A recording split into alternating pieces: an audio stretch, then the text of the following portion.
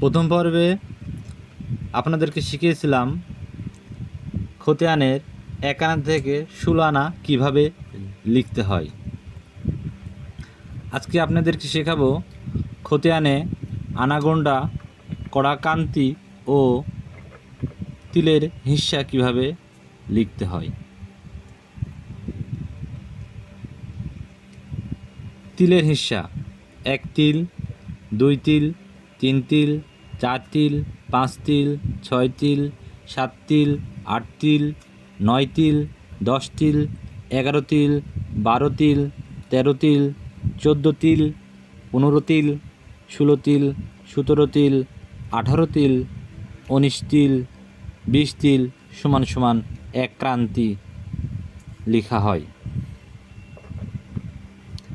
1 ক্রান্তির হিস্সা: 1 ক্রান্তি 2 ক্রান্তি 3 ক্রান্তি হলে 1 কড়া লেখা হয়।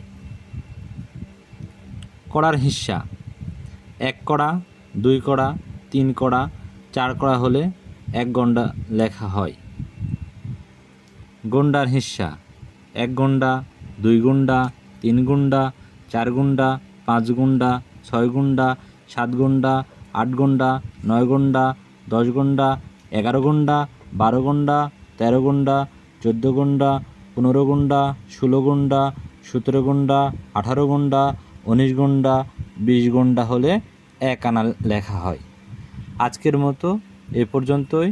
আমার ভিডিওগুলো যদি ভালো লাগে আপনাদেরকে, তাহলে আমার সাবস্ক্রাইব বাটনে সাবস্ক্রাইব করবেন এবং ফলো বাটনে ফলো করবেন এবং বেশি বেশি করে শেয়ার বাটনে শেয়ার করে দিবেন। ভালো থাকবেন। আসসালামু আলাইকুম।